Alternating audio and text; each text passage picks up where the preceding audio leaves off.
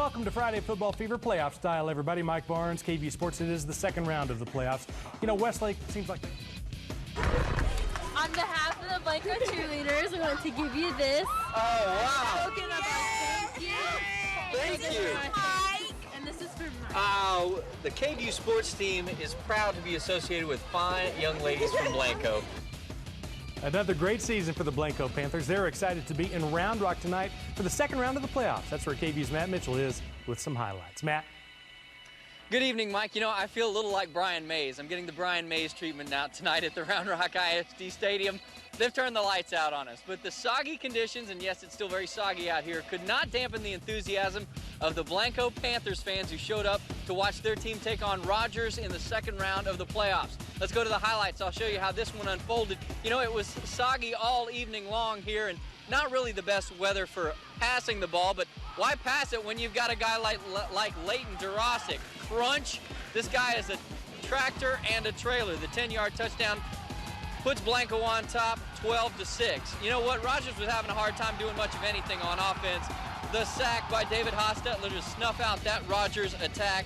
Controversial play right before the half. Still 12-6, Blanco. Tanner Rogers is going to hit Corey Dowlern on the pass out in the flat, gunning for the end zone, down right at the goal line. Did the ball break the plane? The referee comes in, says no on about the 1-inch line. So the next question is, did the Panthers get the timeout in time? The answer again from the Zebras, no. How would you like to go over there and tell Danny Rogers exactly what happened? He doesn't look really receptive, does he? That would come to play a little bit because Rogers scores on the opening drive of the second half. Ryan Pierce darts in from 12 yards out. The extra point is good. It is 13-12, Rogers, but Blanco responds. Tanner Rogers lobs it to Durasic, and he does the rest. 52-yard run. Check out the blocking to spring him. He knows where he's going. He's going to the house. 52-yard run, 20-13 after the two-point conversion. That would be the Panthers on top. A short time later, it's Durasic again. 8 yards out, or beg your pardon, 4 yards out, makes it a two-score game, 26-13. The Blanco defense would make it stand up. Ferris going to roll out, but his pass is batted up in the air and intercepted by Ethan Evans, and that would tell the tale in this one. Final score, 32-13. Blanco gets the win. I caught up with Coach Danny Rogers just after the big win. Coach, it really wasn't much of a night for throwing the ball. Luckily, the Panthers do a pretty good job of running it. Again tonight, that was the name of the game, wasn't it? Sure it was. You know, we got number 30 back there, and when things get tough, we just give it to him. When you look at how this team responded in the second half, down in the second half, something that you guys aren't used to, got to be impressed with the grit of your team tonight. Right. They've come back all year when we're down like that, and they play hard, so that's all we ask for. Well, you got one more week. That seems to be the mantra of this team. Once again, you're playing after Thanksgiving. Got to be proud of what these guys have accomplished so far. Oh, sure we are. That's our second goal, is to play during Thanksgiving. Then the goal after that is to win state. So we got our second goal met tonight. They're just checking them off the list one by one, the Blanco Panthers are. Yes, they'll be playing after Thanksgiving. In fact, they'll be playing Industrial for the second year in a row.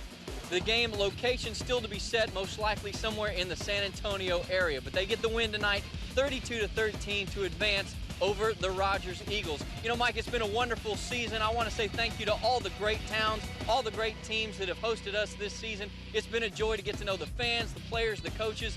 It just really has been a wonderful season. So signing off from Round Rock ISD Stadium, where Blanco wins at 32-13, Matt Mitchell, Friday Football Fever. Thank you, Matt. It has been a fun year, but it's not over yet. Still more to come. By the way, Vanderbilt Industrial is who Blanco will play next week. As Matt said, Blanco beat them last year.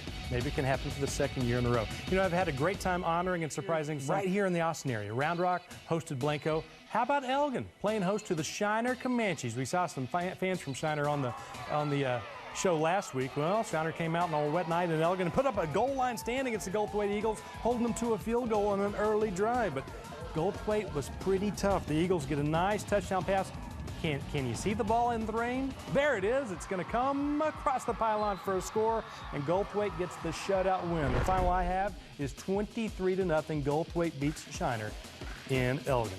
Time now for our Band of the Week. Is the third round. Some second round games still to come tomorrow, like for instance Lake Travis trying to go for a three-peat. They will play Church Steel. Could be a tough game there. Fleuryville plays San Antonio Brandeis. Stony Point plays the Woodlands. That's going to be a tough game. LaGrange and Edna, Bartlett is going to still be playing, and 4 private schools, Regent, St. Michael, Summit, and Hill Country, all still in action and trying to advance to the 3rd round of the playoffs. I want to give a special thanks to Director Annette Porter and the entire KVU production staff. We've had a great year here on Friday Football Fever. Again, 21 years of Friday Football Fever. This may have been the best one ever. And we're going to leave you now with a look at some of the plays of the year.